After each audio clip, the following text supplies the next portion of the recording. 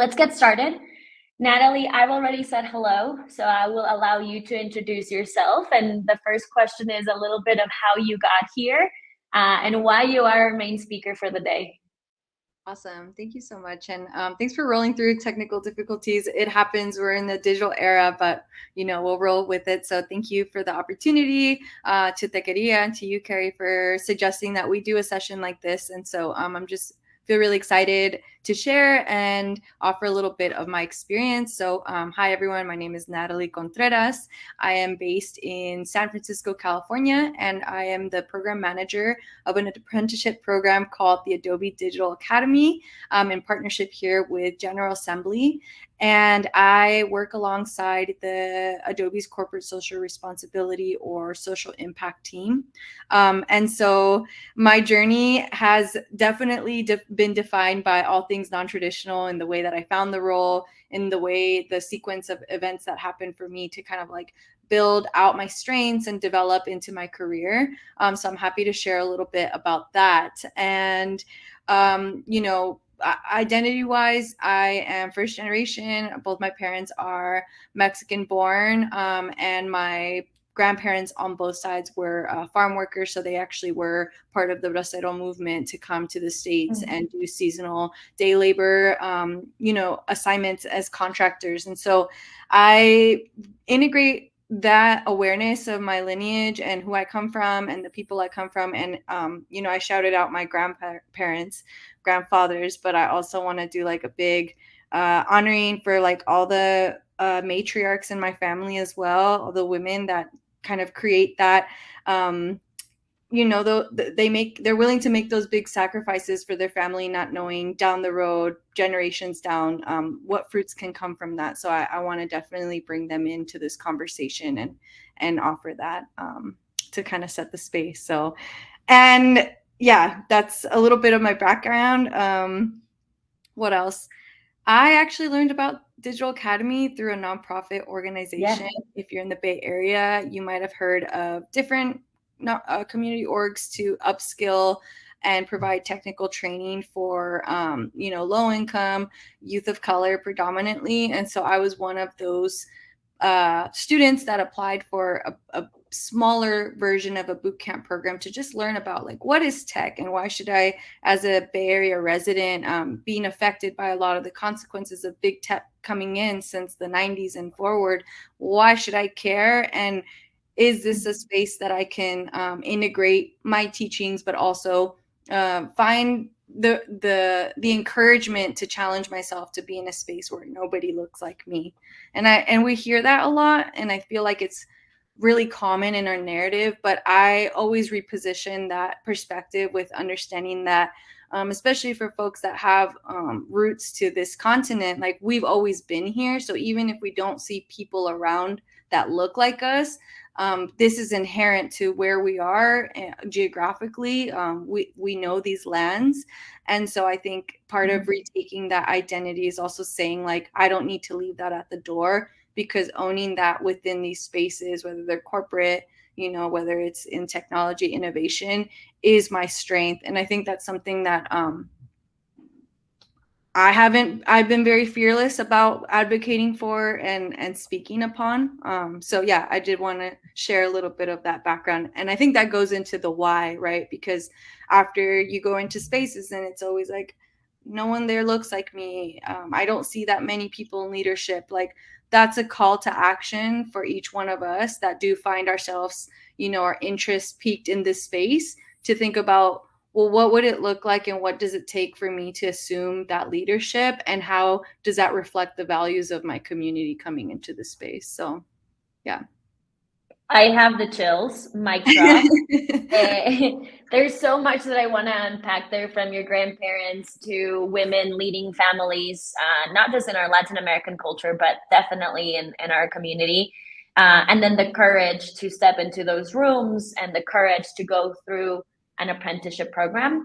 So I see you empowered, and I see you preaching, and I see you leading the way and the work, but not everybody is there yet. So that is one of the first questions I have, especially knowing that we have a couple of folks that are considering going through an apprenticeship program. So on the learner side, So it is intimidating, and we do struggle with imposter syndrome, and also, of course, the representation, especially for Latinas, but for all Latina across, is not truly representative in tech or in United States corporate leadership. And so, what is your advice for somebody sitting at the other side of the screen trying to make that transition, or even if we're already in tech? Owning your identity and owning your heritage and bringing it to a company. I think it's really interesting to see the ways in which leaning back on my cultural upbringing and my connection to like different customs and traditions has been something that through like regular American systems has been like hide or not bring with me or not appropriate. And I think the awesome opportunity that the technology space offers is that creativity is always encouraged, because creativity is where all great and new ideas come from. And so if you can imagine combining individuals from diverse backgrounds and encouraging that creativity, that's really like our secret sauce. I feel that if we're able to be in spaces where we know that what we have to offer does hold value and it's coming from a real place of experience and this rich diverse culture and thought, it wouldn't be anything to hold us back. If anything, it's what can keep us moving forward. And somebody that is considering, something for me starting in tech, I didn't necessarily see the end goal. I just saw an opportunity. And the opportunity was $600 in a laptop that I didn't have.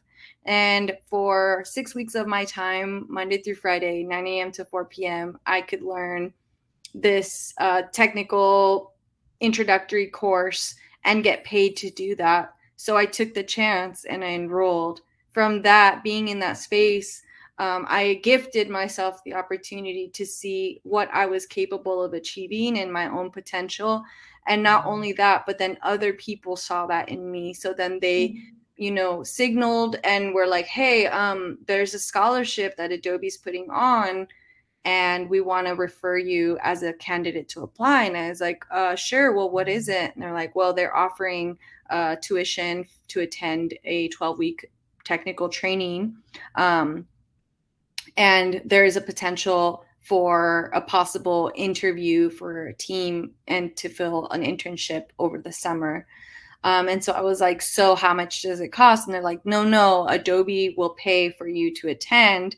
You just have to show up. And there's an additional living stipend to help alleviate some of the costs associated with living, so you can fully focus. And so once I said, oh, I could apply to this and I could not get it, or I could apply and now I took this one initial opportunity that led me to the next one and take that one too. And that's exactly how it happened, because after that, I did get to interview with the team. I did land an offer for an internship at a competitive salary in a corporate environment that, had I not been in these like spaces to believe in myself and encourage myself, I would have walked away because I didn't think I had it in me. That's not to say that I did not struggle. Yeah, that's not, and I feel like that happens for us a lot of the time, where we get afraid of the potential to succeed. And so we kind of back up because we're like, I don't see anyone like me doing this. It must not be a space where I can thrive in. But I always say, like, those are opportunities because someone else around hasn't done it. You're going to learn so much about yourself in the way you break down problems and the way that you like keep at something, even if it's so hard for you. And for me, I say that I was in maybe my 4th week of the immersive, right? So we're getting past our project 1, going into project 2, right? There's 3 main projects through the program. And I was ready to tap out. I had told some people in my course that I was considering dropping from the program. And they asked me, well, why do you want to do that? And I was like, well, I don't know if I can succeed. This is very challenging for me. And somebody from Digital Academy that was working at Adobe already sent me a message and was like, hey, I'd like to come visit for coffee at GA and we'll go for a walk. How does that sound? And I was like, sure. because I had told them, hey, I saw you in the info session and your story really resonated with me, but I'm really struggling and I'm kind of thinking like maybe I might drop the course. So he ended up coming to San Francisco's GA office, met downstairs, and we just went for a walk. We just went for a walk and we talked. And he's like, all right, so what's going on? And I was like, I feel like my ideas aren't valued when I speak up sometimes, or maybe that's just me feeling that way. I feel that like I'm the only like Latina in my whole cohort, and everybody else is like not. There's like Latino, there's like guys, but I'm the only female, so I feel this weight that I'm representing, and if I don't do this, then it's a bad weight on me and who I'm here for. And he was like, okay, well, you already made it this far, so like you're gonna know what's best for you.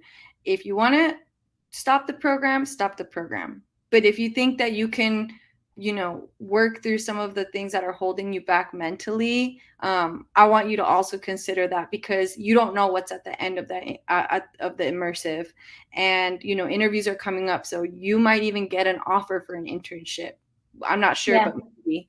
And so I think anybody who's considering it and feels that doubt, I want to normalize that the doubt is always going to be there. It's just really how you train your mind to like overcome that when you're unsure. Yeah. What can you share two practices, right, to train your mind during those moments of transition and doubt? And yes, and Elizabeth, I love normalizing the doubt, totally real. But I want to give practical techniques as well. How did you how did you actually normalize that doubt? How did you, I don't want to say push through, but became motivated to finish, and a daily practice of not giving up, which is really the secret there. During that time, I felt the most isolated and alone, because I had to basically like tell all my social contacts, don't hit me up, don't call me. I can't. I'm focusing Monday through Friday, and I need to be really just present. And so I started noticing that I started like withdrawing socially, and like my habits were changing, how I was eating was changing. And so once I noticed that those things were kind of like affecting my overall well-being, I put a stop and I said, no, you got to be in. And this is why GA is always really stressing, like, do you have the proper support mechanisms in place to help you through this? Like, what are you going to do if something comes up? Like, do you have your strategy? So for me, what that looked like was, I remember a couple times like feeling really defeated. Like I cried through some moments. Tears are normalized tears, normalized crying. Not in my class, but outside, or in the bathroom. I'm just like, this is really hard. And then also I felt like I really I've always been like pretty connected to like spiritual practice, just like I have my altar, I give offerings, like I try to remember to be intentional with saying like thank you for each day, and like just calling in like my ancestors into the space that I'm in. So I did that like a lot during that time. Like morning time, okay, a little prayer, a little smoke medicine, like cleanse myself off, to because like if you can imagine, GA's the where the classes were is in the middle of the financial district in San Francisco. And so it's kind of like me taking a moment to be intentional and put my armor on in a way, so that I could have the mental clarity to be present. And yeah. Thank you for sharing that. That's powerful. That's spiritual, just remaining in the moment. But we have 30 of you here with us. So if anybody has some nice practices on centering and doubting or dealing with doubt, please feel free to put them in the chat. It's an amazing moment to crowdsource those practices.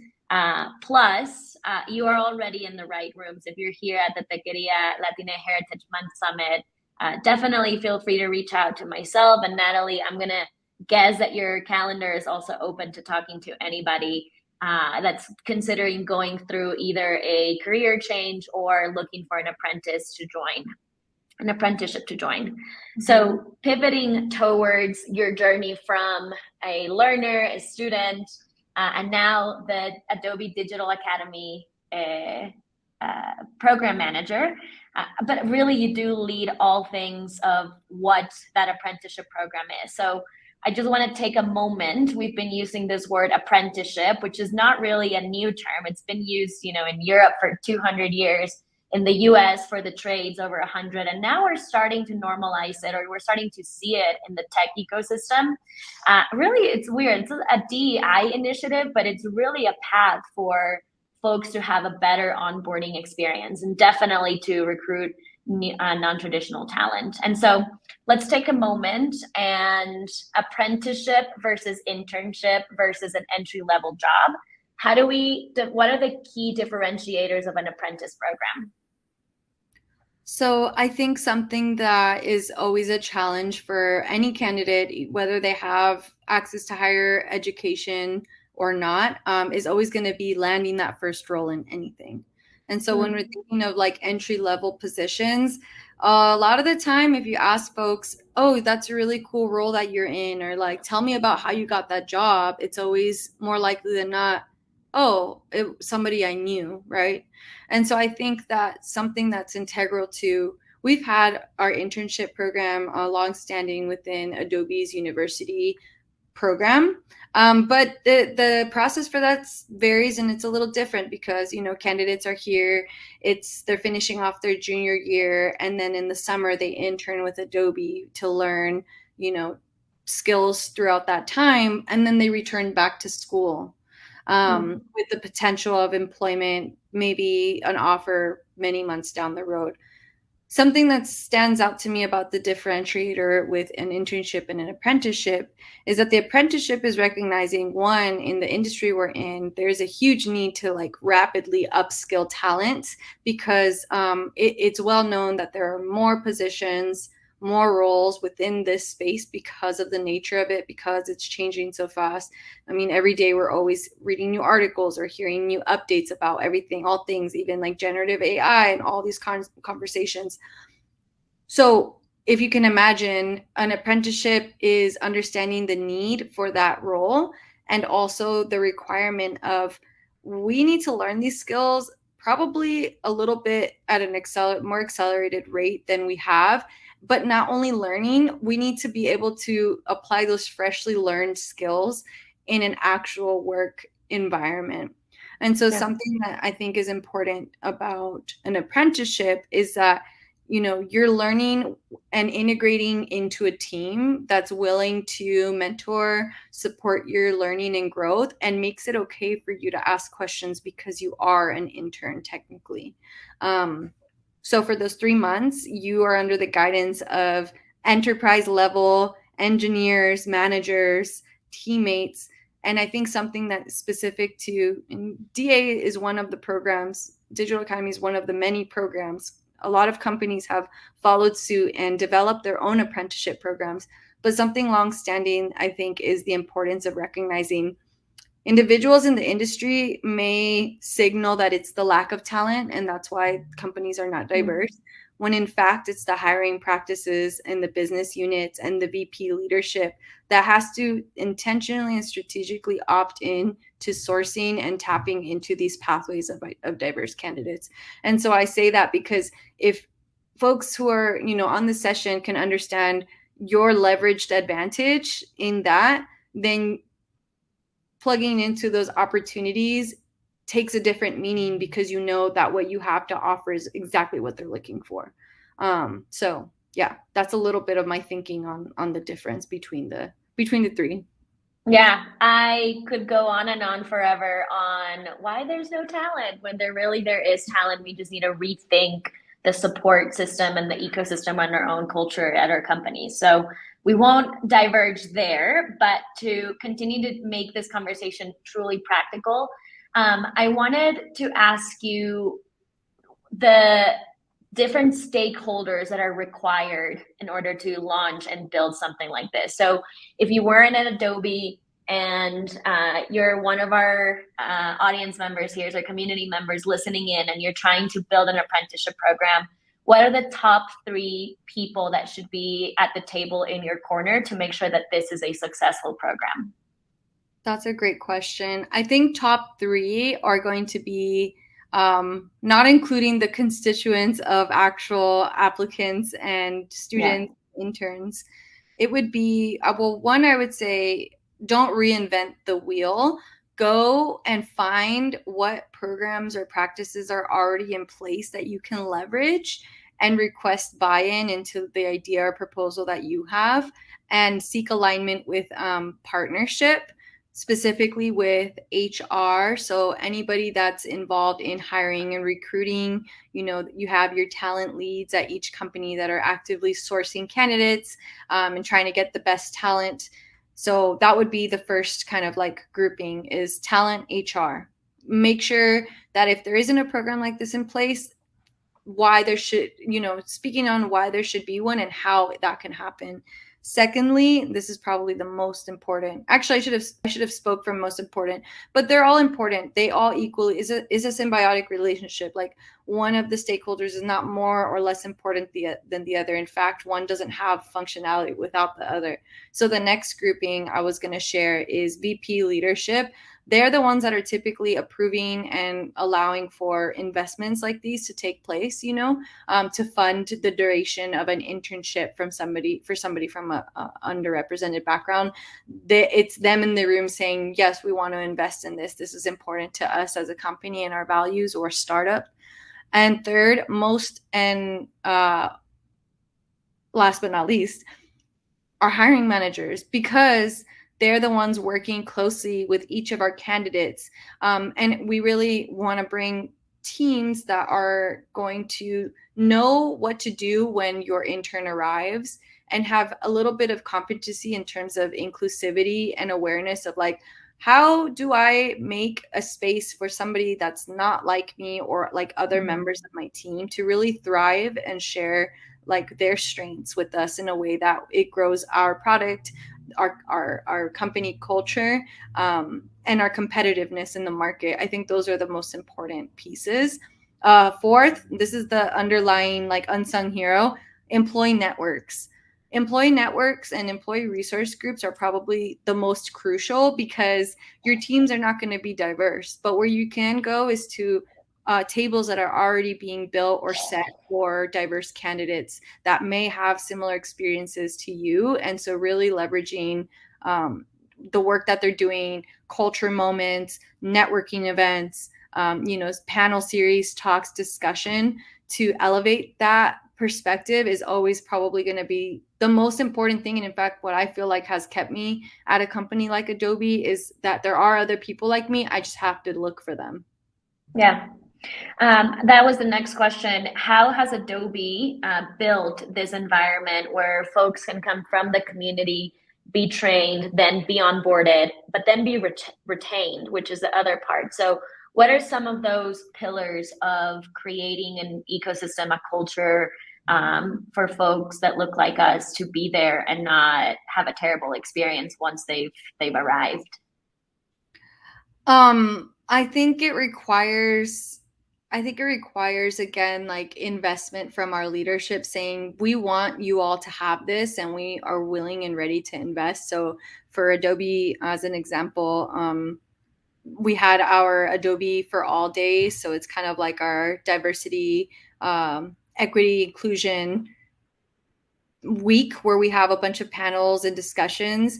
And so I think if companies can make sure that that's like not an afterthought, but actually a priority, and programming that's integrated with enough time ahead of time, I feel like employees really can know that that's the way that they're being recognized, that their presence is recognized, and creating that space for them to have that community building is what differentiates like coming to a job that you don't really feel like anybody there is like you, or that you feel kind of isolated. And in fact, that's probably one of the most telling metrics of a company is, you can recruit for days, but are you retaining the talent?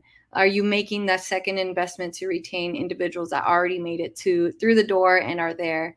I think that's something that we all have a lot of work to do in the industry, because from our numbers, we're still not anywhere near where we could or should be. But there's definitely been an interest and an increase in doing so. So I think like following suit to other companies, even on the call right now for folks that are joining, like you can probably, companies come to mind of like, oh, I've seen them do something for like Latino or Hispanic Heritage Month, and like you might think of a company like Apple or Google, right? Like the Google Doodle of the month or stuff like that. So I think that in terms of branding, it's much more than just like we're doing things to be inclusive. It's also to our user base, right? So external people that like aren't necessarily working at the company but interact with our product. But how does that look within the walls of the actual company also?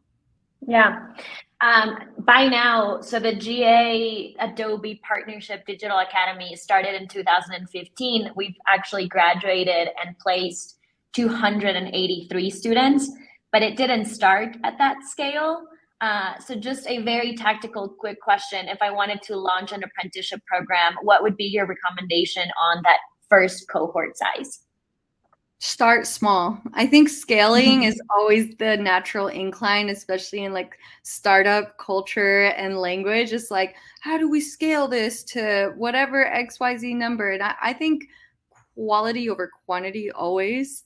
And you want to also integrate feedback. Feedback is so important because whether it's from the actual students participating or the managers themselves or anybody that has a touch point in the program, I think starting off small and really following like what are the strengths and where are the pain points or growth opportunities, growth areas with your initial like prototype. And something that's really helped is like learning a lot about the design thinking or human-centered design. Um, I think that's probably the most important thing when developing out something that is literally impacting people's lives, right? You're connecting them to an opportunity. And so having a little bit of that like emotional intelligence to also know like how do I make space? Like if the space doesn't exist, what's my role and how do I create that for them? Or if I'm not the one that's creating the space, how do I empower and enable the constituents of this community, of this group, of these career switchers to do that for themselves, right? Am I equipping them with the right skills to succeed? Yeah. Just an overview of how we've designed it, also very tactical information for y'all at the companies. Our program starts now in October, where we are actually connecting with nonprofits in 5 different cities where Adobe is investing in their community, where the offices are. And we create a referral partnership from these nonprofits into the program. So we are going to be training software engineers, data scientists, UX designers, and digital marketers. And that's a key piece of the puzzle as well, is making sure that the right people are getting this opportunity and are finding out about the apprentice programs. After that, they do go through an admissions process. They go through a 3-month training. And then they start interviewing at Adobe for the apprentice position, and they do the apprenticeship for 3 months over the summer. Is that right, Natalie? Yeah. Yes. And there about 80% of those folks have transformed into full-time employees at Adobe. And that will start in September, right? So it takes about a year from the time that you're connecting from the nonprofit organizations, doing the community outreach, the admissions, your training provider, onboarding them into the apprentice program, and then converting them to full-time employees. So that's something to make sure that it's a year-long commitment with your training provider, your nonprofit organizations, the mentors in your community or in your company. So just a little bit of details there, because I know that some of you are asking the questions, the practical questions, or the playbook questions. So we've talked about, I want to finish one question around the happy or the opportunity or why these should exist, but we're going to dive into the challenges as well. But I wanted you to share some stories of apprentices that have gone through the program and how they have benefited, but also how Adobe has just completely revamped, changed, innovated on talent acquisition and brand and culture and leadership, and redefining what leadership looks like in 2023 because of this program. Yeah, I think over the course of the years, there's been candidates that are coming from different backgrounds. So, like former teachers, folks that have worked in the medical industry as nurses, stay-at-home parents, folks that are returning from military.